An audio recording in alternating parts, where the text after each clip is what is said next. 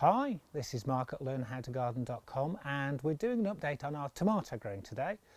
If you're not a subscriber to Learn How to Garden, you can click on the link below. That'll take you to our website, and that just means that you get our free monthly newsletter that has recipes and various things to do in the garden and one or two sort of unique videos. Anyway, we'll get on with what we're chatting about today, and that's feeding your tomatoes at this point of the season.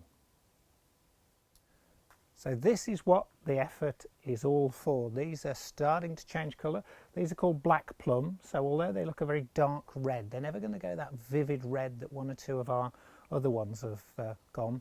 The earliest tomatoes we got this year, about 3 weeks ago, were Rudolph, which is a mini plum, but these are black plum, and this is one of the ones that I really do recommend for sauces.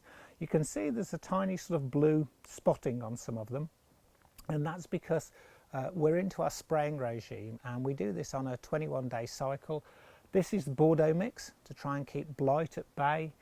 7 days after that we spray with a liquid seaweed to give lots of trace elements, and 7 days after that we use our milk spray diluted down to make sure that our plants are getting calcium into them, which is one of the trace elements. And one of the things I want to talk about today is feeding your tomatoes. Tomatoes are one of the greediest plants that you're going to grow, especially when they're growing like these in grow bags.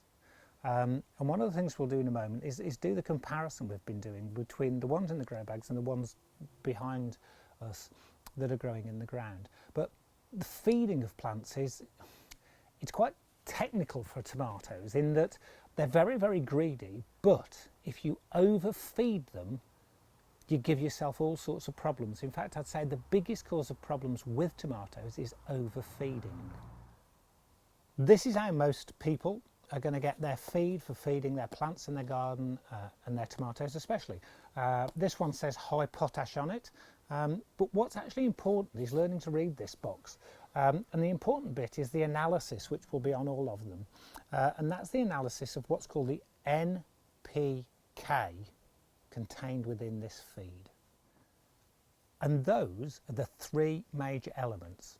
And they each do a very different job. The first, the N, stands for nitrogen. And nitrogen is what allows the plant to grow. It controls the speed of growth.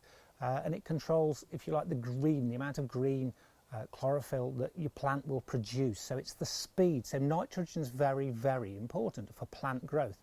But too much nitrogen, and it's a bit like giving an athlete drugs. You get too much growth too quickly, it's very sappy, it's very weak, very, very susceptible to disease, and it weakens your plant. So the first of these is the nitrogen, the amount of nitrogen, and in this one it's 15. And the reason that we need to start to read this one's called a 15-15-30, which means it's much higher in the last element, which is potash. But if you pick some of these up in the garden centre, you'll see they say 5-2-5, so they're already a third weaker. So it's important you read what the actual breakdown is, so you actually understand what you're paying for. So this is a 15-15-30, and that means that 15% of this, 15% of the value of it, the power, is nitrogen. Our second number relates to phosphates, and phosphates are what control the production of seeds, flowers, fruit, all the things that are quite important to us when we're growing. And again, as this is a 15-15-30, you've got the same amount of phosphates in the actual feed as you've got nitrogen, so it's quite balanced. If it was called a balanced fertiliser, they'd all be the same, so they'd be 15-15-15 or 5-5-5. And then the last of the elements is potash, and potash is represented by a K, because if you had NPP it'd be slightly confusing, and potash in the periodic table, the chemical table, is always represented by a K. And it's your potash that gives you disease resistance, gives your plants health, allows your plants to thrive and grow really well. And for things like tomatoes, you want a high potash feed, but conversely, too much potash stops the uptake of one of the really important elements we'll talk about in a minute, which is called magnesium, which is one of the trace elements. So what I'd say is get a high potash feed, but then use it at half strength. Most plants benefit from a weaker feed more regularly than a very strong feed. Think about yourself. you are better having 3 small meals throughout a day. It gives you a lot more energy than starving yourself and then pigging out on a great big meal in the evening. You feel bloated, you feel uncomfortable, you know, it doesn't make you feel particularly good. So think about it in real simple terms. Use half the strength more often and you will get, without doubt, much stronger, healthier, better tasting, better flavoured fruits. And at the end of the day, our tomatoes are a fruit, and these are one of the things that if you overfeed tomatoes, you will give yourself more problems than more fruit. So just a quick recap. 15, 15, 30 means it's high potash. If it was 15, 30, 15, that would be high phosphate. And if it was 30, 15, 15, that would be high nitrogen. High nitrogen would be brilliant for your brassicas early in the season. That's what tends to be lawn feed or grasses. You know, they like a lot of nitrogen. So read the back, read the side, read the breakdown. All of them have to have it by law, because if you're paying for something that's 525, there's an awful lot of water sloshing around in there that you're paying for, you know, and they'd probably be better off having mineral water like Badwa put on them, because the trace elements would be better for them. So we use this, most of us would use this to feed our plants. You know that I make my own liquid seaweed feed, and I also make nettle feed and comfrey feed, and they do a very similar job, and they tend to be weaker than what you buy, so they're in a lot of ways a lot safer to use, because you're not going to overdose your plants. And what's really interesting when we look at our plants, that those that are constrained, those that are growing in the grow bags, are much taller. They're thinner, they're longer, they're producing fruit really nicely, they're producing fruit very early, but they're quite thin, long plants. If we turn around a second, the plants we have here, which are literally no more than 5 feet away, we just literally turn the camera around, swivel it around, but these are growing in the greenhouse soil, are denser, they're thicker, they're much more verdant, you know, and I believe that's because they have access to all those trace elements that are in the manure that's in this bed. They can feed, their roots can go much, much further, they can sort of spread out. So if you can grow them in the ground, that's great. If you can't, you have got to do some of the work for adding some of those trace elements to the plants that you're growing, either in your pots or your grow bags or your containers. So while your plant food contains all its trace elements, I should say, add to those trace elements. The seaweed we spray on, which I spray onto all of my plants, gives it trace elements. You get calcium from the actual milk that's sprayed on, and you can look up the research that's being done in Holland on that. And the only other thing I do is I use magnesium. Now, I buy this magnesium to use specifically on my tomatoes, my peppers, and on the aubergines. And about once a month, I just sprinkle very lightly a small handful of magnesium around the top of the grow pots.